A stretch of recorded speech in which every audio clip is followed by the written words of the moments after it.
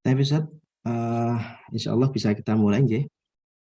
Pada Ustadz Sulhan Jauhari, waktu dan tempat kami persilakan sampai 1 jam ke depan, Ustaz. Tafadhol, Ustaz. Jazakallah khair, akhil karim. Baiklah para jamaah sekalian, para akhwat, ulumahat, azanillahu wa iyyakum. Kita mulai. Bismillahirrahmanirrahim. Assalamualaikum warahmatullahi wabarakatuh. Innal hamdalillah nahmaduhu wa nasta'inuhu wa nastaghfiruh wa na'udzu billahi min syururi anfusina wa min sayyiati a'malina. May yahdihillahu fala mudilla lahu wa may yudlil fala hadiyalah. Wa asyhadu an la ilaha illallah wahdahu la syarikalah wa asyhadu anna Muhammadan 'abduhu wa rasuluh. Ya ayyuhalladzina amanu taqullaha haqqa tuqatih wa la tamutunna illa wa antum muslimun, amma ba'd. Fa inna asdaqal hadits kitabullah wa khairal hadi Muhammadin sallallahu alaihi wasallam wa syarral umuri muhdatsatuha wa kullu muhdatsatin bid'ah wa kullu bid'atin dhalalah kullu dhalalatin finnar. Allahumma anfa'na bima 'allamtana wa 'allimna ma yanfa'una wa zidna ilma. Allahumma arinal haqqa haqqan warzuqna ittiba'ah wa arinal batila batila warzuqna ijtinabah. Rabbi shrah li sadri wa yassir li amri wahlul 'uqdatam min lisani yafqahu qawli. Para jamaah sekalian, para akhwat wa ummahat, azanillahu wa iyyakum jami'an. Alhamdulillah, segala puji senantiasa kita panjatkan pada Allah. Salawat dan salam senantiasa kita sanjungkan pada Nabi dan Rasul kita, Nabi Muhammad sallallahu alaihi wasallam. Alhamdulillah, pada hari ini, hari Sabtu 15 Muharram 1444 Hijriah, bertepatan dengan 13 Agustus 2022. Alhamdulillah kita dipertemukan oleh Allah Subhanahu wa taala di majelis ilmu via Zoom, di mana ini merupakan salah satu nikmat yang begitu besar dari Allah Subhanahu wa taala ketika seorang hamba dipertemukan dengan saudara-saudaranya dalam keadaan yang baik, dalam keadaan yang insya Allah diridhai, dicintai dan diberkahi oleh Allah Subhanahu wa taala, yaitu di majelis ilmu. Meskipun ya, majelis ilmu tidak dengan secara langsung bertatap muka, ya, namun via Zoom, ya, tentu saja ini termasuk dari majelis ilmu yang kita berharap semoga Allah Subhanahu wa taala memberikan pada kita ilmu yang bermanfaat, yang berbuah amal soleh darinya. Allahumma amin. Baiklah para jamaah sekalian, azanillahu wa iyyakum. Pada kesempatan kali ini ya, saya diminta oleh Mas Makram untuk membahas sebuah tema yang ini menjadi nasihat untuk kita semuanya, baik bagi para penuntut ilmu pemula atau para penuntut ilmu yang sudah lama, atau bahkan bagi para ustadz, para ulama, masyayikh. Ini semuanya sangat-sangat penting, sangat perlu untuk terus senantiasa diulang dan diulangi. Sangat penting untuk senantiasa dimurojaah lagi, yaitu seputar keikhlasan, ya. Dan tema yang insya Allah akan kita bahas yaitu urgensi keikhlasan dalam menuntut ilmu. Urgensi keikhlasan dalam menuntut ilmu. Ya. Apa itu urgensi? Urgensi, ya, kalau kita lihat Kamus Besar Bahasa Indonesia itu artinya keharusan yang mendesak atau hal yang sangat penting. Nah, ini perlu dibedah dulu judulnya ya. Jadi keharusan yang mendesak atau hal yang sangat penting, atau pentingnya gitu ya. Pentingnya ikhlas berarti ya, keikhlasan dalam menuntut ilmu. Ya, ikhlas kita tahu dan insya Allah nanti akan kita sampaikan apa hakikat dari ikhlas ya, yang secara singkatnya kita tahu bahwasanya ikhlas itu berarti bersih hati, tulus hati, ya. Adapun menuntut ilmu yang dimaksud di sini adalah menuntut ilmu agama, ya. Jadi yang akan kita bahas ya pada pertemuan kali ini seputar pentingnya keikhlasan, ketulusan hati dalam menuntut ilmu agama, yaitu agama Islam. Para jamaah sekalian, azanillahu wa iyyakum jami'an, untuk tema ini ya yang akan kita bahas atau secara garis besar, poin yang akan kita bahas ada 3 poin. Pertama, kita akan mulai dengan muqaddimah, ya. Kemudian yang kedua, kita akan membahas seputar hakikat dari ikhlas, dan terakhir kita akan membahas seputar serba-serbi seputar ikhlas atau seputar niat dan ikhlas, yang di dalamnya nanti insya Allah akan kita sampaikan urgensi ikhlas dalam menuntut ilmu atau urgensi keikhlasan dalam menuntut ilmu agama. Pentingnya keikhlasan dalam menuntut ilmu agama. Baiklah, kita mulai dari muqaddimah, ya. Kita mulai dari muqaddimah. Untuk muqaddimah kita akan sampaikan tema secara umum seputar menuntut ilmu, dan insya Allah ini sangat singkat, ya.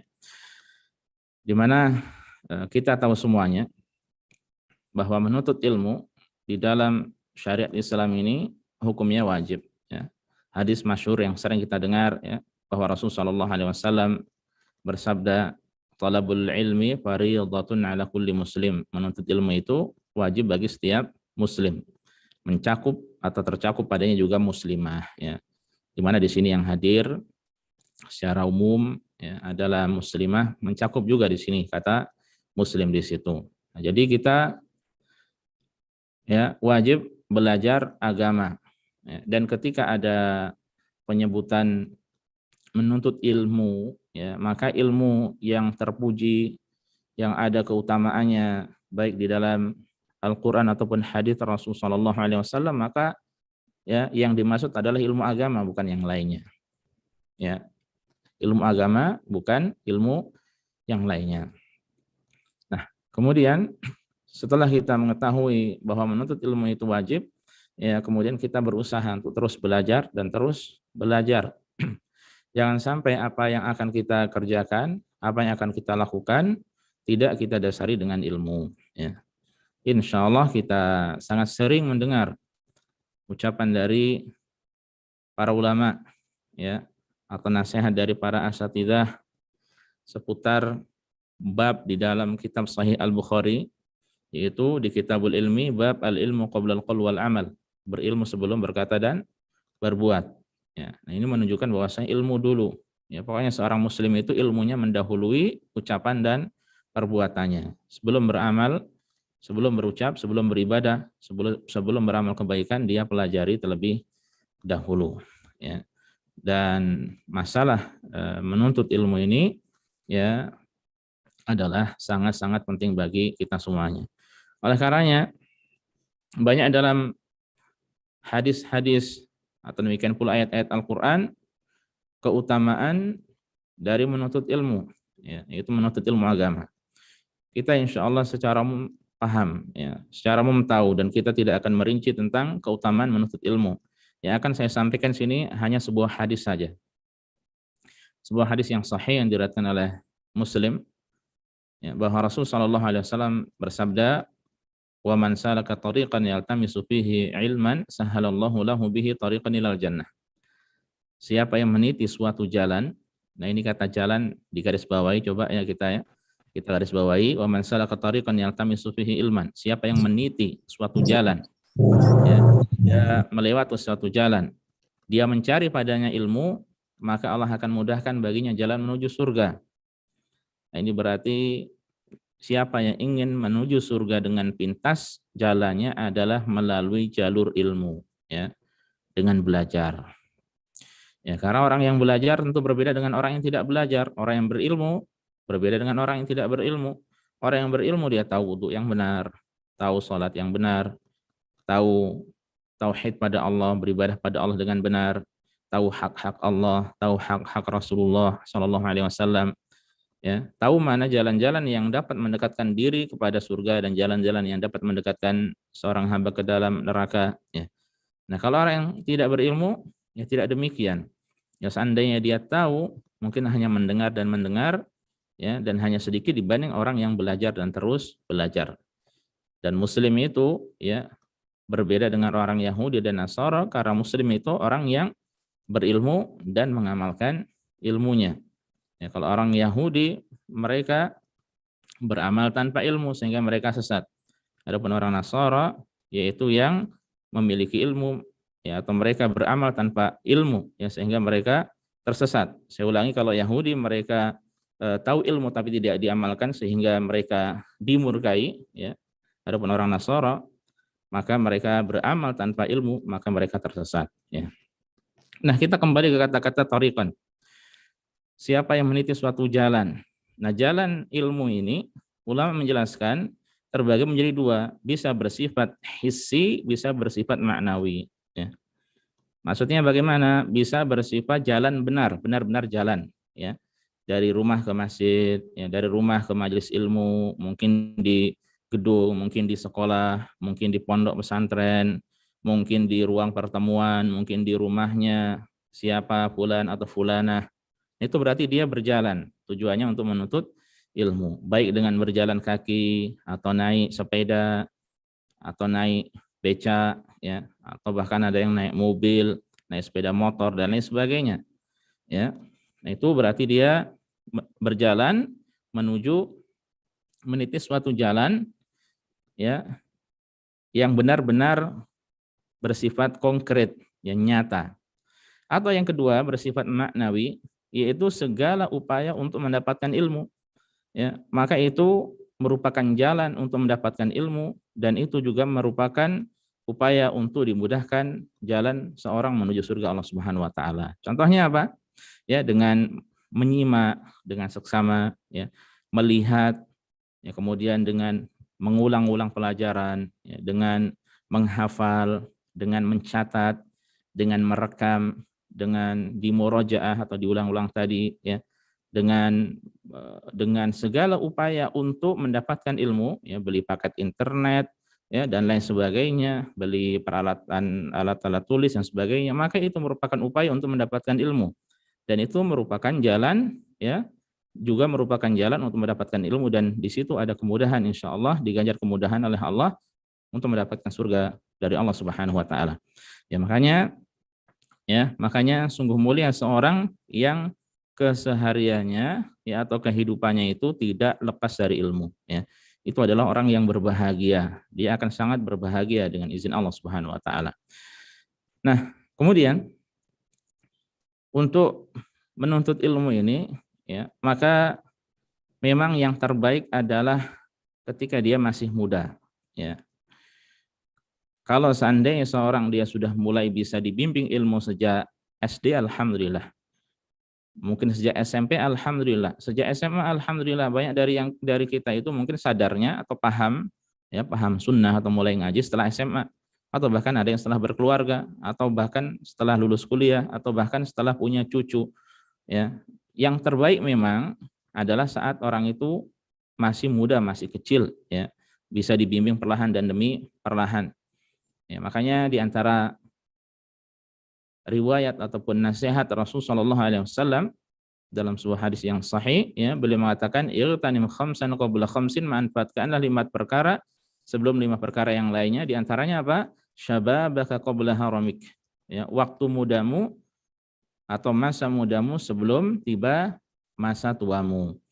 Nah, ini bagi mungkin di antaranya yang para hadiratnya atau para akhwat yang masih muda, ya, hendaknya semangat terus menuntut ilmu, ya, karena waktu muda itu waktu yang cemerlang, waktu yang kuat, waktu yang luar biasa, tenaganya masih kuat, mobilitasnya ke sana kemari masih kuat, pandangannya masih kuat, penglihatannya masih kuat, pendengarannya masih kuat, ya, hatinya untuk menghafal masih kuat, ya, yang kemudian godaannya juga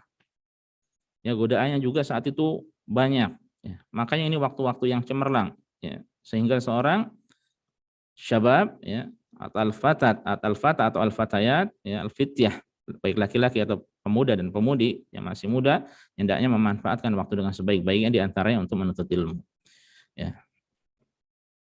Dulu ada sebuah riwayat dari Hamad bin Zaid yang berkata, kami pernah menemui Anas bin Sirin saat Anas sedang sakit. Ya, Anas bin Sirin, seorang tabi'in, dia sedang sakit. Nah, kemudian Anas mengatakan, ittaqullah ya ma'syar syabab, wahai para pemuda, bertakwalah kalian pada Allah. Ya. Unzuru mimman ta'khuduna hadhil ahadits. Ya. Coba kalian perhatikan dari mana kalian mengambil hadis-hadis ini. Ya. Fa innaha min dinikum, karena sungguhnya hadis-hadis ini merupakan bagian dari agama kalian. Ya. Nasihat untuk para syabab, ya, agar memanfaatkan waktu dengan baik, diantaranya untuk meriwayatkan hadis, mengambil hadis, dan kalau mengambil, hati-hati jangan dari semua orang. Jangan seperti Hatibul Lail, atau orang yang mengumpulkan kayu bakar di tengah malam yang tidak bisa membedakan mana yang kayu, mana yang ular. Ya, bisa jadi dia mau mengambil kayu, ternyata yang diambil ular, sehingga ular itu menggigitnya, ya, dia bisa celaka. Nah, dalam menuntut ilmu agama, ya, pilah dan dipilih. Ya, dengarkan nasihat dari ustadz-ustadz, ya, atau minta nasihat, minta saran, ustadz siapa saja ustadz yang boleh saya ambil, siapa saja atau sekolah mana saja saya bisa ambil ilmunya dari para asli tidaknya, ini butuh bimbingan. Nah, ini dimulai dari syabab, ya. Kalau bisa sejak kecil, ya maka itu lebih baik lagi, perlahan demi perlahan. Ya. Sampai akhirnya ketika memang mungkin belum mendapatkan petunjuk hidayah, bisanya adalah setelah menikah, setelah di atas 40, di atas 50, bahkan mungkin ada yang di atas 60, ya, maka ingat Rasulullah SAW pun mengatakan di hadis tadi, ightanim khamsan qabla khamsin, manfaatkanlah 5 perkara sebelum datang 5 perkara yang lainnya, diantaranya hayataka qabla mautik, hidupmu sebelum matimu. Ya, selama kita masih hidup, manfaatkannya untuk menuntut ilmu. Ya, ma'al mihbarah ilal maqbarah. Ya, kita senantiasa bersama tinta, pena-pena untuk mencatat ilmu sampai masuk ke kuburan, ya, sampai meninggal dunia maksudnya. Dan kita juga sering mendengar ucapan dari Al-Imam Asy-Syafi'i rahimahullah yang mengatakan, akhi lan tanalal ilma illa bisittatin sa'unbikan tahsiliha bibayanin dzaka'un wa hirsun wa ijtihan wa bulghatun wa irsyadu usadin wa tulu zamani. Saudaraku, engkau tidak akan mendapatkan ilmu kecuali dengan 6 perkara. Saya akan jelaskan padamu dengan perinciannya, ya, dengan rinci. Pertama, kecerdasan. Yang menuntut ilmu butuh kecerdasan, kemudian butuh antusias, semangat, ya, butuh kesungguhan, butuh modal juga, duit, fulus, biaya, ya. Kemudian butuh bimbingan ustadz, dan terakhir tulu zaman, sepanjang masa. Kalau kita dapat hidayahnya setelah 40, 50 atau 60, lebih dari 60, kita manfaatkan di sisa hidup ini dengan kebaikan, ya, di antaranya dengan menuntut ilmu, ya, karena itu adalah pintu, ya, dari segala kebaikan, ya, sampai meninggal dunia. Semoga ketika Allah tutup usia kita, maka Allah menutup usia kita di atas kebaikan, di atas kebenaran, di atas hidayah, di atas tauhid, di atas sunnah, ya. Yang ini yang kita harapkan. Nah, ini sekedar mukaddimah, ya, tapi mukaddimahnya lumayan panjang. Ya, insya Allah semoga bermanfaat, ya, bagi kita semuanya. Kemudian kita masuk pada poin yang kedua. Ya, kita sampaikan tadi kita secara global ada 3 poin mukaddimah, kemudian yang kedua, ya, itu tadi mukaddimah yang pertama. Adapun ini yang kedua, yaitu hakikat dari keikhlasan. Untuk masalah hakikat dari keikhlasan ini ada 3 poin. Poin yang pertama, seputar adab menuntut ilmu. Ya. Pada kajian singkat kali ini, ya, 1 jam ini, kita tidak akan membahas seputar adab menuntut ilmu.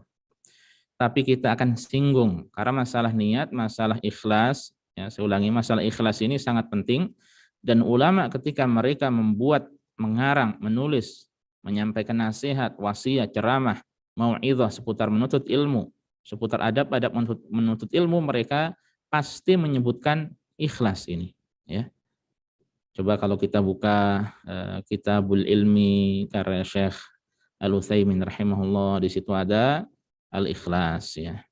Atau demikian pula ada buku Hilyah Talibil Ilmi, ya, atau perhiasan bagi penuntut ilmu karya Syekh Bakar Abu Zaid.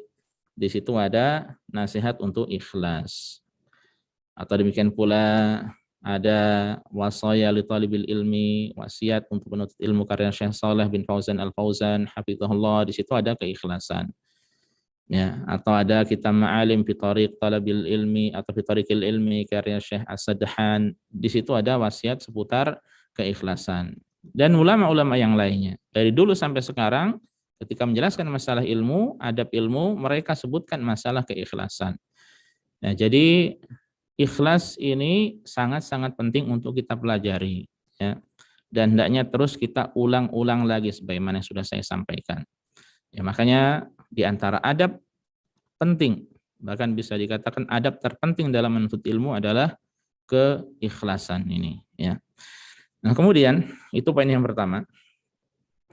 Poin yang kedua, ya, seputar hakikat niat dan ikhlas. Nah, ini perlu kita dudukkan nih. Ada niat, ada ikhlas. Nah, ini para akhwat dan ummahatnya kira-kira sudah pada paham belum ini? Apa bedanya antara niat dan ikhlas? Ya, kalau perlu Mas Makrom harus ngasih hadiah ini. Siapa yang bisa jawab kemudian dikasih hadiah ya Mas.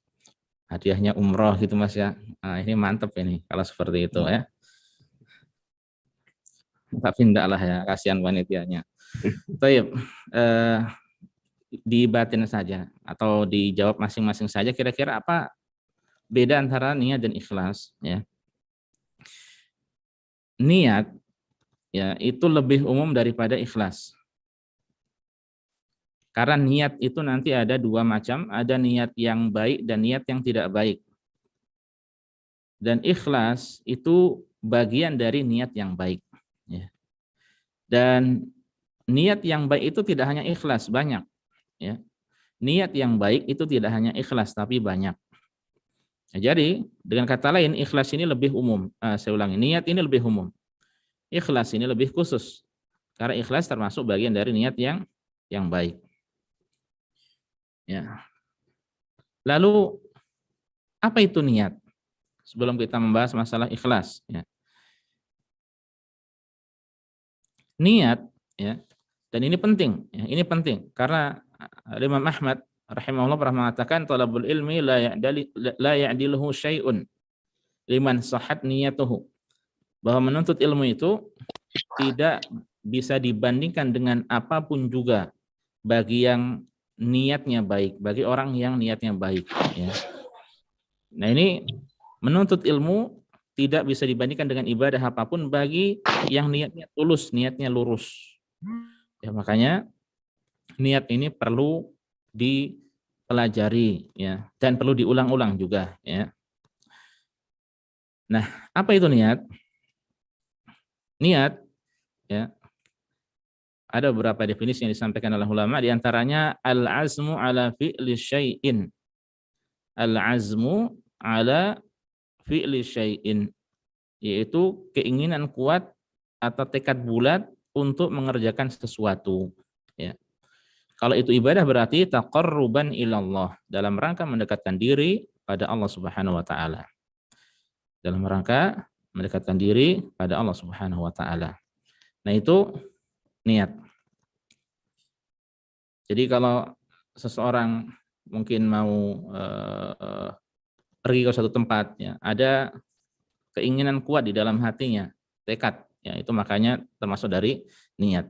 Dan ulama, ya, sepakat niat itu tempatnya di dalam hati. Ya, bagi yang ingin mendapatkan pembahasan panjang seputar niat, mudahnya buka saja syarah dari kitab Riyadhus Shalihin, bukan. Atau bisa juga Riyadhus Shalihin, yang lebih singkat lagi yaitu Al-Arba'in An-Nawawiyah. Hadis Arba'in Nawawiyah karya Al-Imam An-Nawawi, hadis yang pertama hadis niat, ya. Di Riyadhus Shalihin pun ada, ya, karena hadis niat ini banyak dibawakan oleh para ulama, ya. Al-Imam Bukhari memulai di kitab sahihnya, demikian Imam Nawawi memulai di kitab Arba'in Nawawiyah dan Riyadhus Shalihin juga, ya. Kemudian juga ulama-ulama yang lainnya. Nah, mudahnya lihat kitab Arba'in syarah hadis nomor 1 Ya, itu pembahasan niat panjang. Ya, nah ini niat. Adapun kalau ikhlas, ya. Lalu ikhlas itu apa? Adapun ikhlas, para jamaah sekalian, azanillahu wa iyyakum, ini pun tidak luput dari penjelasan berbeda-beda antara satu dengan yang lainnya dari ulama. Ya, mereka memiliki ungkapan-ungkapan tersendiri, meskipun secara umum maksudnya adalah sama. Ya. Di antara yang mereka sebutkan bahwa ikhlas itu adalah ifradul haqqi subhanahu wa ta'ala bil qasdi fit ta'ah. Yaitu mengesahkan Allah dalam masalah niat ketaatan, ya. Jadi kita esakan Allah dalam urusan niat kita saat beribadah, saat melaksanakan ketaatan. Nah, ini berarti ikhlas. Sebagian dari yang mengatakan bahwa ikhlas itu adalah alla tatluba ala amalika syahidan ghairallah wala mujazian siwa. Yaitu ketika engkau tidak mengharapkan dari amalanmu saksi, ya, atau orang yang melihat, kecuali hanya Allah Subhanahu wa ta'ala. Dan tidak mengharapkan balasan kecuali hanya darinya semata. Ini hakikat dari ikhlas. Jadi kalau seandainya seorang menuntut ilmu, ya, dia menuntut ilmu tidak mengharapkan dari ibadahnya tersebut kecuali balasan dari Allah semata, ya, kecuali pahala dari Allah semata. Ya, dia tuluskan niatnya, luruskan niatnya, dia esakan Allah dalam ketaatan ini, yaitu dalam menuntut ilmu. Ya. Sebagian ada yang mengatakan juga, ya, bahwa ikhlas itu adalah nisyanu ru'yatil khalqi lidawamin nazari ilal khaliqi. Itu seorang melupakan pandangan makhluk, ya, karena dia terus perhatian dengan sang khaliq. Ya, yang dia perhatikan, ya, adalah Allah semata, sehingga dia lupa dari pandangan manusia. Karena dia tidak mengharapkan pandangan manusia, apalagi pujian, sanjungan dari mereka. Ya, sehingga fokusnya adalah Allah, Allah, Allah. Salat fokusnya Allah, zikir fokusnya Allah, ngaji fokusnya Allah, termasuk menuntut ilmu fokusnya Allah Subhanahu wa ta'ala. Nah, ini hakikat dari ikhlas, ya. Ini hakikat dari ikhlas. Dan ada definisi-definisi, arti-arti atau makna yang lainnya yang disebutkan oleh ulama, ya, tapi intinya kurang lebih seperti itu. Ya, seseorang, ya, dalam beribadah, terkhusus kalau masalah menuntut ilmu, berarti dalam menuntut ilmu yang diharapkan adalah wajah Allah, ya. Wajah Allah atau wajah Allah Subhanahu wa ta'ala, keridhaan dari Allah. Dia mengharapkan pahala hanya dari Allah Subhanahu wa ta'ala semata. Ya, tidak mengharapkan dunia. Nah, makanya kembali tadi kepada niat, ya, di mana di antara niat yang baik ini adalah keikhlasan. Ya, makanya niat itu kan macam-macam, termasuk dalam menuntut ilmu. Ya. Dan semestinya atau seandainya kita membahas masalah niat dalam menuntut ilmu, itu pun sebenarnya sudah dalam satu pertemuan ini bisa selesai, ya. Maksudnya masalah niat ini butuh waktu juga, tidak sedikit waktu yang bisa menyelesaikan membahasnya. Ya, masalah niat ini sangat-sangat penting. Ya, makanya mungkin Mas Makrom kalau suatu saat mengundang Ustadz siapa membahas masalah niat, ya, ini sangat-sangat bagus sekali. Kalau memang sudah dibahas, alhamdulillah. Tapi mungkin beberapa pekan atau beberapa bulan ke depan perlu diingatkan diri kita untuk membahasnya lagi. Nah, masalah niat ini, kita kembali kepada niat tadi, beda niat dan ikhlas. Niat itu lebih umum daripada ikhlas, ya. Nah, makanya untuk poin ketiga seputar hakikat ikhlas ini kita akan membahas singkat tentang contoh niat yang baik dan contoh niat yang buruk. Lalu contoh niat yang baik secara khusus dalam menuntut ilmu itu apa? Ya. Contohnya, yang pertama yang sudah kita bahas tadi berarti ikhlas. Ya, ini termasuk dari niat yang baik tentu saja. Kemudian seorang dalam menuntut ilmu, dia niatkan untuk mengangkat kebodohan, menghilangkan kebodohan dari diri sendiri, ya, juga dari orang lain. Makanya tadi Imam Ahmad ketika mengatakan talabul ilmi la ya'diluhu syai'un liman sahat niyatuhu, menuntut ilmu tidak bisa dibandingkan dengan amalan apapun bagi yang lurus niatnya, ya. Ditanya beliau, kaifa yakunu dzalik? Bagaimana itu bisa seperti itu, ya? Bagaimana kok bisa seperti itu? Beliau katakan yanwi raf'al jahli an nafsihi wa an ghairihi. Yaitu ketika dia dalam menuntut ilmu, dia niatkan untuk mengangkat, menghilangkan kebodohan, kejahilan dari dirinya dan dari orang lain. Ya, jadi diniatkan, ini termasuk niat yang baik. Kita niat dalam menuntut ilmu itu, apa yang sebelum kita tidak tahu, kita hilangkan menjadi ilmu, ya, ya. Kemudian juga kita niatkan untuk mengangkat kebodohan dari orang lain. Ya. Termasuk contoh niat yang baik seperti seorang menuntut ilmu untuk diamalkan. Ya, makanya penting juga kita dalam belajar ini kita, ya, ketika kita belajar setelah tahu ilmunya kita amalkan, ya. Kita niatkan untuk diamalkan. Termasuk dalam menuntut ilmu atau niat yang baik dalam menuntut ilmu yaitu berniat untuk didakwahkan, untuk disampaikan kepada orang lain. Ini berarti termasuk bagian dari mengangkat kebodohan dari orang lain, ya. Seperti mungkin kita sampaikan pada keluarga, anak-anak, ya, istri atau suami, ya, atau mungkin orang tua, karib kerabat, keluarga, kakak, adik, ya. Ini berarti disampaikan, didakwahkan kepada orang lain. Termasuk niat yang baik juga seperti seorang menuntut ilmu berniat untuk membela syariat, ya, membela Islam. Ya. Kalau ada orang yang menjelek-jelekkan Islam, diluruskan Islam yang benar seperti apa, ya, dibantah, ya, dan saling membantah dengan adab. Ini kebiasaan para ulama, ya. Lalu contoh niat yang buruk seperti apa? Nah, untuk contoh niat yang buruk seperti seorang menuntut ilmu niatnya untuk berdebat.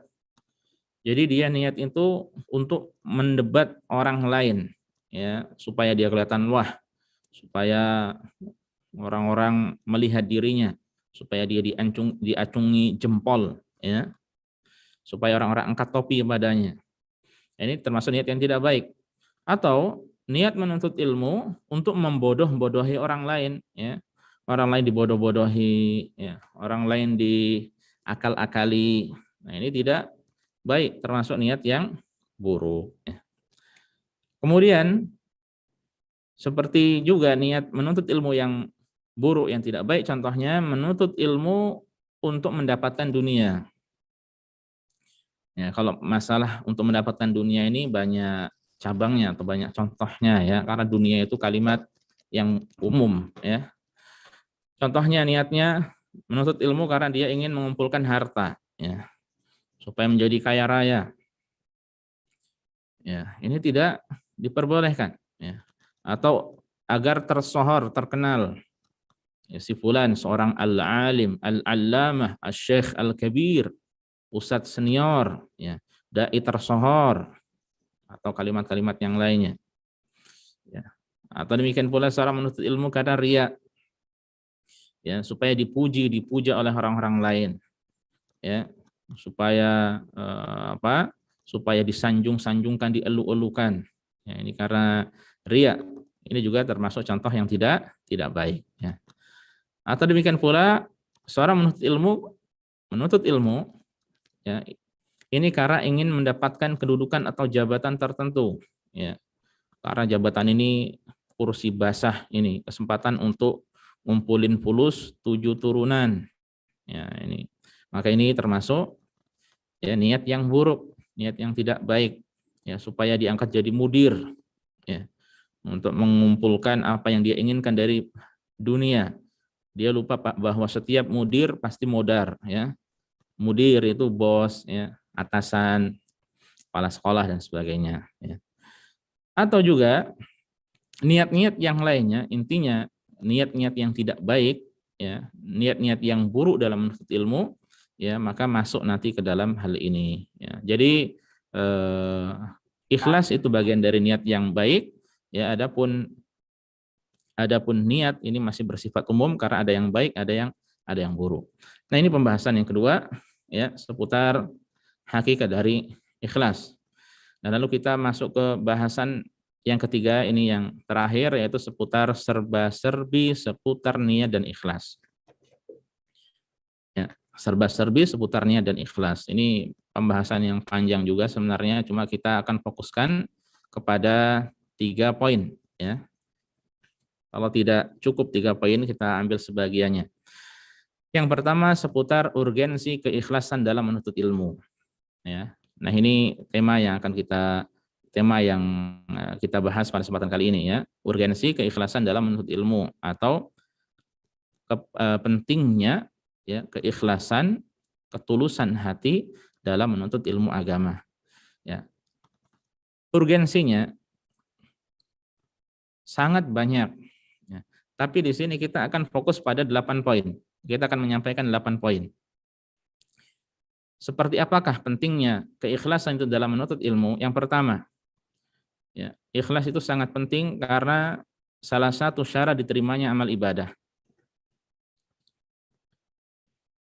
Ikhlas salah satu syarat diterimanya amal ibadah. Dan kita tahu bahwa saya menuntut ilmu ini termasuk salah satu ibadah. Bahkan salah satu ibadah yang sangat mulia. Makanya Syekh Bakar Abu Zaid rahimahullah, beliau mengatakan fa in faqadal ilmu ikhlasan niyyah intaqala min afdalit ta'at ila ahadil mukhalafat. Apabila ilmu kehilangan ikhlas, ya, kehilangan niat yang ikhlas, niat yang tulus, maka menuntut ilmu tersebut akan berpindah yang awalnya dari keutamaan yang paling utama menjadi penyelisihan, kekeliruan yang paling hina, yang paling rendah. Ya. Makanya tadi ingat Imam Ahmad mengatakan apa? Al-ilmu ya la ya'diluhu syai'un liman sahat niyatuhu, atau talabul ilmi atau al-ilmu ya. Ilmu itu tidak bisa dibandingkan dengan apapun bagi orang yang lurus niatnya. Ya, karena menuntut ilmu ini adalah pintu dari segala ilmu-ilmu yang lainnya. Ya, ini maka kita mengetahui pentingnya keikhlasan dalam ibadah pada Allah, keikhlasan dalam menuntut ilmu. Yang mana salah satu dari syarat diterimanya amal ibadah adalah ikhlas tersebut. Ya. Bahkan kita tahu ya, tanpa berilmu dan tanpa menuntut ilmu, seseorang tidak akan tahu ibadah-ibadah yang disyariatkan. Ya, dia tidak akan tahu sholat, tidak akan tahu zakat, tidak akan tahu puasa, tidak akan tahu tata cara umrah, tata cara atau manasik haji. Dia tidak akan tahu muamalah yang riba yang mana, muamalah yang dibolehkan yang mana. Dia tidak tahu halal dan haram. Ya. Dia tidak akan tahu banyak kebaikan-kebaikan, ya, kecuali dengan menuntut ilmu. Ya. Makanya seandainya dalam menuntut ilmu saja dia tidak ikhlas atau hilang ikhlasnya, ya maka ini berarti musibah yang besar. Nah, dari sini kita tahu pentingnya ikhlas yang merupakan salah satu dari syarat diterimanya amal ibadah. Ya, kita tahu insya Allah ya, syarat diterimanya amal ibadah pertama ikhlas, yang kedua mutaba'ah, ya, al-ikhlas dan al-mutaba'ah. Al-mutaba'ah berarti sesuai dengan tuntunan Nabi kita Nabi Muhammad SAW. Ya, ini urgensi ikhlas ya, dalam ibadah secara umum termasuk dalam menuntut ilmu. Kemudian di antara yang kedua ya, di antara pentingnya urgensi keikhlasan dalam menuntut ilmu adalah ikhlas selalu melekat ya, dan harus selalu ada pada setiap amalan. Amal apa saja, dari amal-amal kebaikan ya, amal ibadah ya, tidak boleh kecuali harus ada padanya niat ya. Makanya Rasulullah SAW mengatakan innamal a'malu binniyat. Ya, bahwa setiap amalan itu tergantung pada niatnya. Wa inna malikul imri'in ma nawa. Ya. Dan bagi tiap-tiap orang dia akan mendapatkan pahala sesuai dengan apa yang dia niatkan. Nah, kalau orang ingin mendapatkan pahala yang banyak yang melimpah, dia tuluskan niatnya, ikhlaskan niatnya lillahi ta'ala. Ya. Dan setiap amalan sekali lagi ya harus ada padanya niat, ya. Harus ada padanya keikhlasan, harus ada padanya ketulusan. Bahkan bukan hanya dalam masalah ibadah, bahkan dalam masalah adah atau kebiasaan. Itu kalau ada niat yang baik, maka bisa terhitung menjadi ibadah dan berbuah pahala di sisi Allah Subhanahu wa taala. Ya, Mu'adz bin Jabal radhiyallahu taala anhu pernah mengatakan, "Ahtasibu naumati kama ahtasibu qomati." Aku mengharap pahala dari Allah dari tidurku sebagaimana aku mengharap pahala dari Allah dari bangunku, ya. Ya, tidur itu kan secara asalnya adat, kebiasaan. Ya, tapi ketika dia niatkan untuk kebaikan, ya, dia tidur cepat supaya malam di akhir malam bisa bangun cepat untuk mengerjakan sholat atau ibadah pada Allah, ya, maka tidur itu tidur yang berpahala. Apalagi dia mengamalkan adab-adab sebelum tidur, ya. Demikian pula makan secara kebiasaan merupakan adat, ya. Itu adalah secara asalnya adalah adat atau kebiasaan. Tapi kalau dia ya niatkan untuk kebaikan, ya tidak berlebihan saat makan, ya secukupnya bisa dia amalkan tuntunan Rasulullah SAW secukupnya supaya badannya tidak berat, tidak ngantuk, ya. Apalagi kemudian dia amalkan adab-adab sebelum makan, saat makan dan setelah makan, maka berbuah pahala di situ, ya.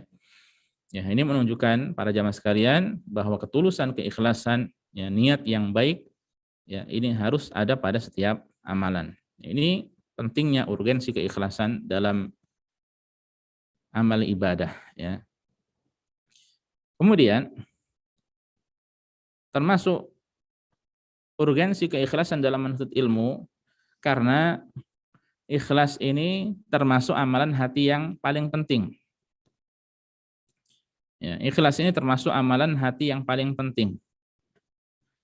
Apa amalan hati itu? Ya contohnya ikhlas tadi, ya. Kemudian tauhid, ya, seorang meyakini, mengimani akan Allah Subhanahu wa taala, ya, Allah Maha segala-galanya, itu tempatnya di dalam hati, ya.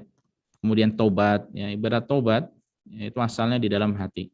Kemudian inabah, kembali pada Allah, ya, itu asalnya di dalam hati. Kemudian yakin, ya, yakin itu termasuk amalan hati. Tawakal, ya, berserah diri kepada Allah. Ya, kemudian mahabbah, cinta, khauf dan khasyah, rasa takut, roja, rasa harap. Ya, ini termasuk amalan hati. Kemudian iman, ya, takwa, sabar, ridha, ya, syukur. Ini termasuk dari amalan hati. Ini semuanya penting. Ya, termasuk di situ ada keikhlasan. Ya, seorang ketika zahirnya bagus, zahir lahiriahnya ibadahnya bagus, tapi amalan hatinya tidak bagus, termasuk ikhlasnya tidak bagus, ya, maka tidak ada nilainya. Ya, maka tidak ada nilainya. Dan kesemua dari amalan hati tersebut termasuk keikhlasan, itu tidak mungkin kita akan mengetahui, ya, bagaimana cara baiknya dan seterusnya, ya, kecuali dengan menuntut ilmu, ya. Kecuali dengan menuntut ilmu, dan untuk menuntut ilmu itu butuh keikhlasan lagi. Ya, nah di sini, ya, keikhlasan berperan sangat-sangat penting, ya, di mana ibadah menuntut ilmu itu tidak akan diterima kecuali bila ikhlas lillahi ta'ala, ya. Apabila seorang benar-benar tulus dalam menuntut ilmu, ya, maka Allah akan berikan ilmu kepadanya, ya. Nah ini, ya, urgensi yang ketiga. Kemudian yang keempat, keikhlasan ini termasuk dari cabang keimanan yang paling utama, ya, bahwa keikhlasan termasuk cabang keimanan yang paling utama, dan kita tidak akan mengetahui cabang-cabang keimanan kecuali dengan menuntut ilmu juga, ya. Ya, kita tahu bahwa Rasulullah SAW mengatakan al-imanu bid'un wa sab'una au bid'un wa sittuna syu'bah. Keimanan itu ada 60 atau 70 sekian cabang. Fa afdaluha qaulu la ilaha illallah. Yang paling tinggi, paling utama adalah ucapan la ilaha illallah. Wa adnaha imatatul adza 'anit thariq, yang paling rendahnya adalah menyingkirkan gangguan dari jalan. Wal haya syu'batun minal iman, rasa malu termasuk bagian dari keimanan. Nah, keikhlasan itu, ya termasuk dari qaul la ilaha illallah. Konsekuensi dari kalimat tauhid, kalimat la ilaha illallah, bahwa ibadah apa saja ditujukan pada Allah termasuk menuntut ilmu yang merupakan ibadah yang mulia. Nah, jadi keikhlasan itu cabang dari keimanan yang paling tinggi, ya, yaitu la ilaha illallah. Ya, kita yakini tiada sesembahan yang hak kecuali Allah, kemudian kita ibadah serahkan lillahi ta'ala semata, ya, termasuk dalam menuntut ilmu, ya, mohon agar Allah berikan keikhlasan pada kita. Baik, ini yang keempat, ya. Sebagaimana termasuk dari urgensi menuntut keikhlasan dalam menuntut ilmu, atau keikhlasan secara umum juga, ya, bahwa keikhlasan ini termasuk perkara yang Allah perintahkan, dan tidaklah Allah memerintahkan kecuali kepada kebaikan, ya. Ayat di dalam surat Al-Bayyinah ayat yang kelima kita tahu, kita hafal, wa ma umiru illa liya'budullaha mukhlishina lahuddin. Nah, tidaklah mereka diperintahkan melainkan untuk beribadah pada Allah dengan mengikhlaskan agama ini untuknya semata. Ini termasuk wa ma umiru, tidaklah Allah perintahkan mereka, ya, menunjukkan bahwa, ya, ini termasuk dari salah satu perintah Allah, bahkan termasuk dari salah satu perintah Allah yang begitu mulia, ya, ikhlas, ya, yaitu ikhlas.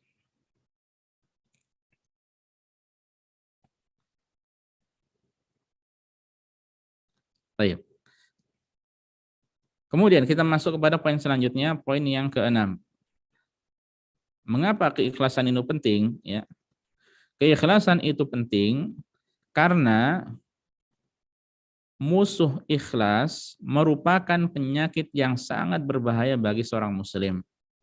Apa itu musuh ikhlas? Ya, riya. Lawan dari ikhlas adalah riya.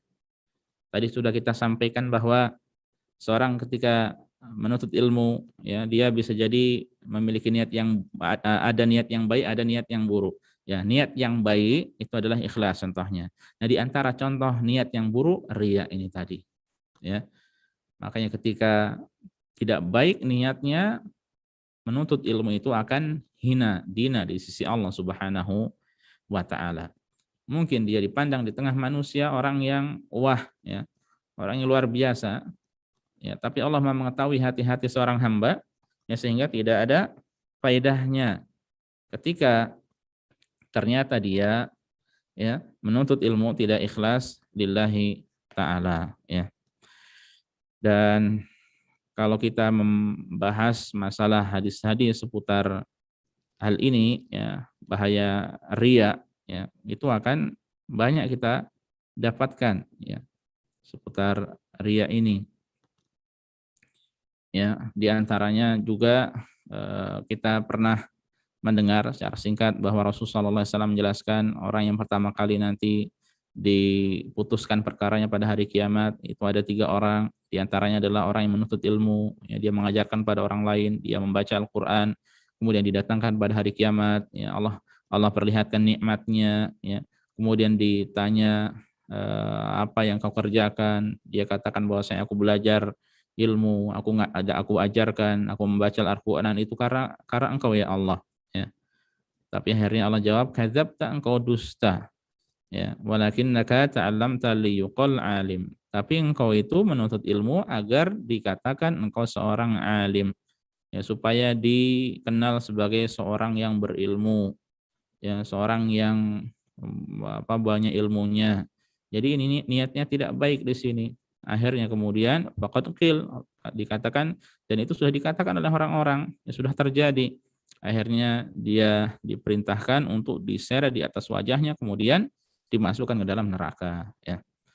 Nah, ini kalau dia menuntut ilmu, dia tidak ikhlas, ya. Dan di satu sisi tadi keikhlasan merupakan amalan hati yang paling penting, lawannya riya merupakan penyakit hati yang amat buruk, ya.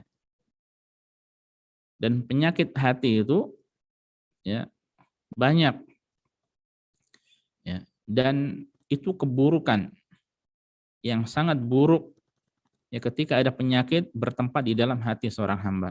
Ya, syirik secara asalnya tempatnya di dalam hati. Riya juga, kekufuran, ya kekafiran, hasad, iri, dengki, takabur atau sombong, nifak atau munafik, ya suudzon, ya demikian pula hati yang keras, asyak, keraguan, bimbang dia, ya was-was atau ujub, bangga diri, ya. Kemudian dia juga buta mata hatinya, tidak mau menerima kebenaran, ya, lalai atau ghaflah, ya, mudah meremehkan orang lain, merendahkan orang lain. Ini bermuara atau berasal awalnya dari dalam hati. Ya. Nah, ini pentingnya bagi kita untuk terus menempa hati, memperbaiki hati kita, meluruskan hati kita agar terus makin baik. Ya. Nah, itu yang keenam. Ya. Yang ketujuh, poin yang ketujuh, mengapa ikhlas itu penting? Ya, karena ikhlas itu amalan yang berat, sementara hati itu ya tidak mudah lurusnya. Niat itu tidak mudah lurus, hati itu tidak mudah lurus. Jadi butuh kesungguhan. Makanya masalah ikhlas ini sangat sangat penting. Lidah seseorang mungkin mudah mengatakan saya ikhlas, tapi hati belum tentu. Ya. Makanya di antara wasiat dari Uwais Al-Qarni rahimahullah, seorang tabi'in mulia yang berasal dari Yaman, orang yang berbakti, yang doanya mustajab, ya, beliau katakan idza qumta fad'ullah an yusliha laka qalbaka wa niyyatak. Apabila engkau bangun pada malam hari untuk beribadah pada Allah, maka mohonlah kepada Allah untuk meluruskan, memperbaiki hati dan niatmu. Falan tu'alija syai'an asyadda 'alaika minhuma. Sungguh engkau tidak akan bisa, ya engkau tidak akan berusaha untuk meluruskan sesuatu yang lebih berat daripada meluruskan hati dan meluruskan niat, ya, agar bisa terus tulus. Ya, makanya niat itu tidak, niat yang baik, keikhlasan itu tidak mudah. Dan Sufyan Ats-Tsauri, seorang ulama dahulu juga kita pernah mendengar ucapannya ma'alajtu syai'an asyadda 'alayya min niyati li'annaha tataqallabu 'alayya. Tidak pernah aku mengobati, meluruskan sesuatu yang lebih berat dariku melebihi niat, ya, melebihi niatku, karena niatku itu terus berbolak-balik. Ya. Pagi A, nanti B, besoknya D, besoknya lagi berubah lagi. Nah, ini menunjukkan apa? Pentingnya kita terus meluruskan niat, ya. Di satu sisi ini menunjukkan pentingnya dari keikhlasan. Seorang pernah berkata kepada Sahal, ayu syai'in asyaddu 'alan nafs? Apakah sesuatu yang paling berat bagi jiwa? Dia katakan al-ikhlas. Yang paling berat bagi jiwa itu ikhlas. Li'annahu laisa laha fihi nasib, ya. Karena hampir-hampir jiwa itu, ya, tidak ada bagian padanya. Tidak memiliki bagian dari keikhlasan tersebut, ya. Jiwa kita ini inginnya dunia, ya, inginnya yang aneh-aneh.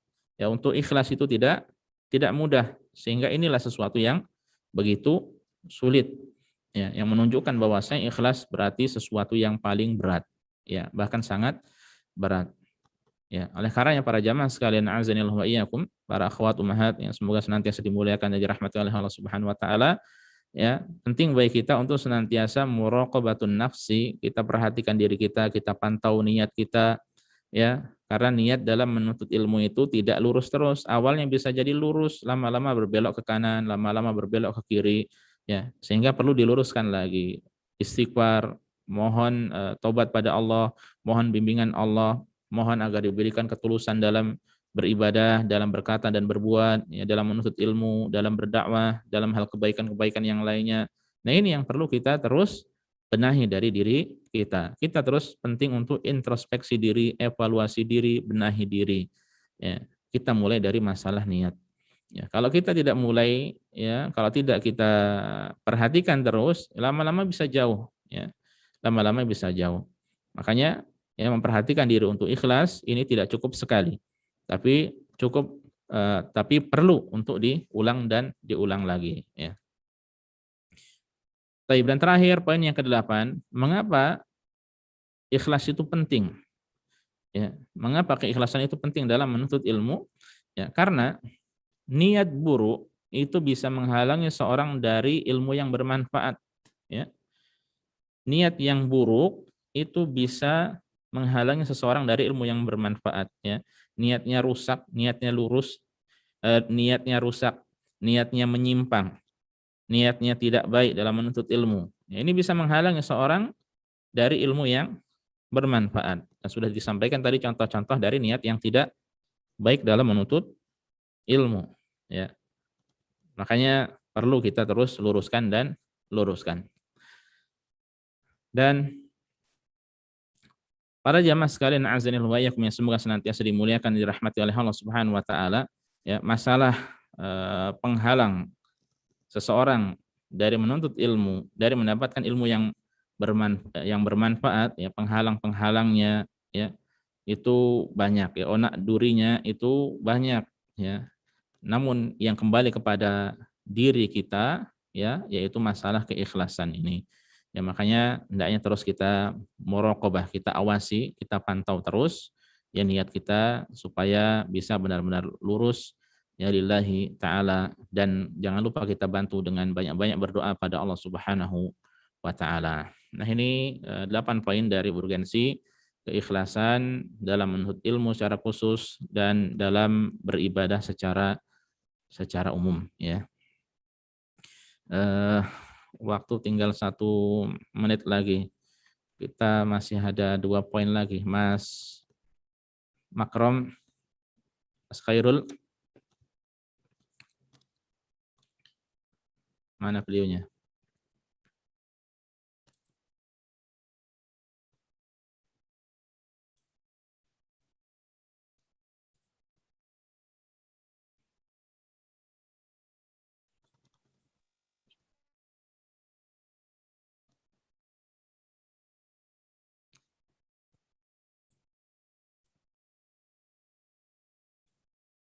Baik, Tutup aja, Ustaz. Mungkin Ustaz ketiduran kayaknya. oke, mungkin ini aja. Saya lanjutkan beberapa saat lagi. Biasanya ini ada tanya jawabnya atau sudah selesai? Ada tanya jawab Ustaz biasanya. Iya, Ustaz. Apa, Oke, ya. karena tinggal sebentar tadi. Oh iya, enggak apa-apa, Mas. Ini saya lanjutkan sebentar, enggak apa-apa, Mas, ya? Ya, tafadhol, Ustaz. Iya. Karena tinggal Baik, ke belakang. ya, jazakallah khair, Mas. Ya. Untuk serba-serbi seputar niat dan ikhlas, setelah yang pertama tadi masalah urgensi keikhlasan dalam menuntut ilmu, kita lanjutkan poin yang kedua, ya, seputar penggembos keikhlasan. Ya. Jadi ada sebab-sebab yang menjadikan ikhlas itu berkurang, bahkan bisa sampai hilang. Ya, saya sebutkan secara poin saja. Ya, ini ada 2 poin. Pertama, faktor internal, kembali kepada diri kita sendiri. Kedua, faktor eksternal.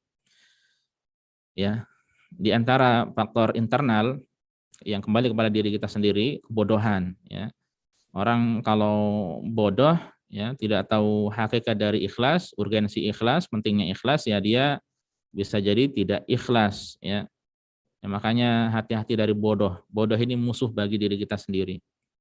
Ya, bahkan di antara pepatah atau ucapan orang Arab, mereka katakan musuh yang cerdik, bahasa Indonesianya ya, musuh yang cerdas itu lebih baik daripada teman dekat yang bodoh, ya. Hati-hati teman dekat yang bodoh ini bisa menjadi bumerang bagi diri kita sendiri. Ya, makanya supaya tidak bodoh, supaya tidak jahil, ya belajar supaya tahu hakikat dari ikhlas supaya bisa ikhlas. Kemudian yang kedua, jiwa yang buruk, ya, atau penyakit hati. Ya, adanya jiwa yang buruk, adanya penyakit hati dalam diri juga ini bisa menggembosi, mengurangi, bahkan menghilangkan keikhlasan. Ya, makanya kita dengar Rasulullah SAW ketika khutbah hajah, beliau selalu memohon pada Allah, wa na'udzubillahi min syururi anfusina, dan kami memohon pada Allah dari kejahatan-kejahatan, keburukan-keburukan jiwa-jiwa kami. Ya, karena jiwa yang buruk itu bisa membawa kepada wa min sayyiati a'malina, bisa menyebabkan amalan-amalan yang buruk, sehingga beliau memohon pada Allah perlindungan dari sayyiati a'malina, perbuatan-perbuatan yang buruk, amalan-amalan yang buruk, ya. Kemudian menuruti hawa nafsu. Ya, hawa nafsu ini harus dikekang. Ya, tidak dibiarkan lepas. Kalau dilepaskan dia akan yang enak-enak, ya. Akan mengambil yang enak-enak, mengambil yang santai-santai, ya. Mengambil dunia. Makanya harus dijaga. Kemudian selanjutnya di antara faktor internal, ya, cinta dunia. Ya, cinta dunia. Dan terakhir karena lemah iman, ya, karena lemah iman. Nah, ini bisa menjadikan seorang, ya, kurang atau bahkan tidak ikhlas. Adapun faktor eksternal, ya, secara umum ada 3, ya. Pertama adalah keluarga, ya. Bisa jadi orang tua, saudara, suami atau istri, ya. Atau siapa dari mereka karib kerabat yang menghalang-halangi untuk menuntut ilmu, ya. Akhirnya bisa merusak niat seseorang, ya. Kemudian juga yang kedua, lingkungan atau teman-teman yang tidak baik dulu. Ya, ini lebih dekat lagi, ya, sahabat atau teman yang tidak baik. Ini juga hati-hati dalam berteman pun kita harus memilah dan memilih. Ya, tidak semua dijadikan sebagai teman dekat, ya, karena bisa jadi ada yang tidak baik dan menularkan keburukannya, ketidakbaikannya pada kita. Dan lebih umum daripada itu lingkungan, ya, lingkungan ini juga penting untuk diperhatikan. Ya, itu bisa mempengaruhi, ya, menghalangi seorang untuk tulus ikhlas dalam menuntut ilmu. Dan yang terakhir, poin yang ketiga, seputar serba-serbi seputar niat dan ikhlas. Lalu kiat ikhlas itu seperti apa, ya? Nah, mungkin di antara para jamaah ada yang bertanya, lalu ikhlas itu kiatnya seperti apa, Pak Ustadz? Nah, di sini ada 10 poin, ya. Saya akan sampaikan poin-poinnya saja. Kalau tidak bisa dicatat sekarang, nanti bisa lihat rekaman mungkin, ya, di YouTube atau dari Mas Makrom yang share mungkin rekaman nanti. Yang pertama, penting untuk, ya, kiat ikhlas yang pertama adalah penting untuk mengenal Allah lebih jauh, ya. Kenali nama-nama Allah, sifat-sifat Allah, ya, ini bisa menumbuhkan keimanan, ya. Bisa memengaruhi keikhlasan seorang dalam beribadah termasuk dalam menuntut ilmu, ya. Kemudian juga perlu merenungi dan menghayati akan nikmat dan azab kubur, ya. Nah, ini juga perlu dipelajari hal seperti ini supaya menambah keimanan, ya. Dan menambah rasa takut pada Allah Subhanahu wa taala. Kemudian yang ketiga, menghayati atau mentadabburi ayat-ayat dan hadis-hadis tentang neraka dan surga. Nah, ini penambah keimanan dan penambah keikhlasan. Ya, kita ini butuh belajar juga rukun iman yang kelima, ya, beriman pada hari akhir. Ya, terkhusus masalah yaitu ayat-ayat dan hadis-hadis tentang siksa neraka, demikian pula surga, tentang kenikmatan yang ada di dalam surga, ya. Keempat, ingat mati, ya.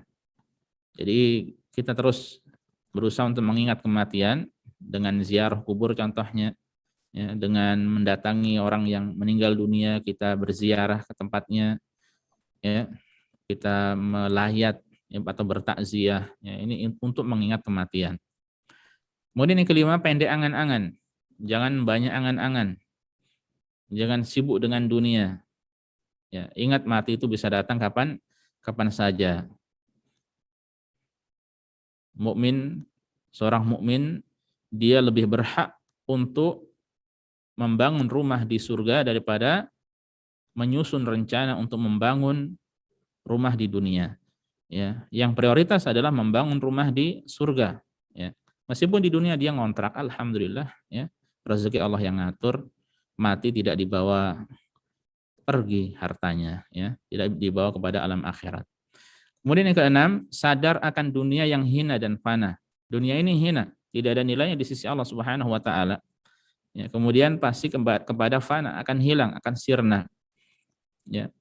Seberapapun dari perhiasan dunia yang dia miliki akan hina. Kemudian yang ketujuh, ya, hendaknya seorang takut dan khawatir, ya, bila keburukan terkhusus riya, ya, syirik dan riya itu menjadi penutup usianya.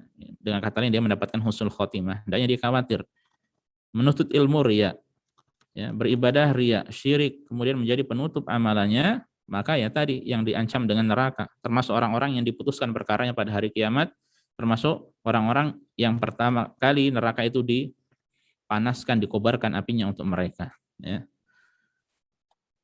Kemudian yang kedelapan, berusaha untuk memperbanyak amal kebaikan dan menyembunyikannya dari pandangan manusia. Ya. Jadi kalau memang ada amalan-amalan yang dilakukan di luar, ya menuntut ilmu dengan berjalan, ini tidak bisa sembunyi-sembunyi. Tapi ada amalan-amalan yang bisa kita sembunyikan, ya.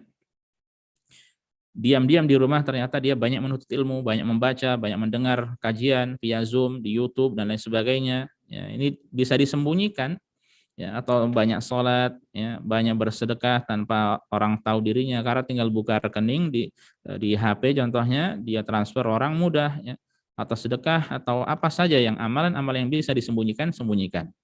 Ya, ini membantu untuk ikhlas. Ya, ini membantu untuk ikhlas. Poin ke-9, ya, berteman dengan orang-orang yang baik. Teman yang baik, ya. Orang yang ngaji, temannya harus orang-orang yang baik. Hindari orang yang tidak baik. Kenal tidak mengapa, ya, tapi kalau berteman dekat, ya, maka ini hati-hati. Kalau kita bisa mengajak pada kebaikan, alhamdulillah aja, ya. Ucapkan salam ketika bertemu, ya, kemudian diajak ke masjid, diajak ke majelis ilmu, ya. Ini adalah kebaikan. Tapi hati-hati jangan sampai malah kita yang tertarik, ya. Jangan sampai seorang ingin merubah orang lain malah dia yang berubah, ya. Makanya perlu dikokohkan dulu, ya, pondasinya, akidahnya, niatnya, luruskan keikhlasannya, ya, ilmunya diperbanyak, ya, supaya tidak terkena syubhat-syubhat dari orang-orang yang tidak baik, ya. Makanya, ya, kalau khawatir dari itu semuanya, bertemanlah dengan orang-orang yang baik saja. Kemudian yang terakhir, banyak berdoa memohon pada Allah agar diberikan keikhlasan, ya, mohon pada Allah agar diberikan ketulusan, mohon pada Allah agar diberikan niat yang baik, ya, dalam menuntut ilmu, dalam beribadah, ya, baik ibadah qauliyah berupa ucapan ataupun fi'liyah berupa perbuatan, ya. Nah, ini 10 poin dari kiat untuk ikhlas baik dalam menuntut ilmu atau dalam ibadah yang lainnya secara keseluruhan. Kita mohon pada Allah, ya, semoga Allah Subhanahu wa taala senantiasa memberikan keikhlasan pada gerak-gerik kita dalam ibadah kita, ya, dan kita mohon pada Allah semoga Allah Subhanahu wa taala senantiasa membimbing kita untuk mengerjakan kebaikan. Kita mohon pada Allah semoga Allah memberikan keberkahan pada usia kita, keluarga kita, harta kita, waktu kita, hari-hari kita, dan kita mohon pada Allah semoga Allah berikan istiqomah pada kita di atas agama ini hingga meninggal dunia di atas husnul khatimah. Allahumma amin. Ini yang bisa kita pelajari bersama pada kesempatan kali ini, para jamaah sekalian, akhwat dan ummahat dan para hadirin, yang semoga bermanfaat bagi kita semuanya. Saya kembalikan kepada Mas Makrom. Wassallallahu ala nabiyyina Muhammad wasallam tasliman katsira. Jazakumullahu khair wa barakallahu fiikum. Wafik barakallah Ustaz atas jazakumullah khairan atas materi yang sangat berharga sekali terkait dengan urgensi keikhlasan dalam menuntut ilmu. Ada satu pertanyaan Ustaz terkait dengan keikhlasan. Ustaz, apakah yang saya lakukan ini termasuk ikhlas atau tidak? Yaitu saya menuntut ilmu dengan harapan saya bisa dikenal masyarakat. Seperti saya berkuliah di jamiah atau apa nih di universitas yang ternama, dan saya memanfaatkan titel untuk mendakwahkan masyarakat. Apakah termasuk termasuk ikhlas atau tidak, Ustaz? Seperti itu. Baik. Jadi seorang menuntut ilmu, ya, agar dikenal gitu, ya. Agar dikenal, yang kemudian dengan itu dia gunakan untuk untuk berdakwah di tengah manusia gitu, ya. Yeah. Sebenarnya gini saja, ya.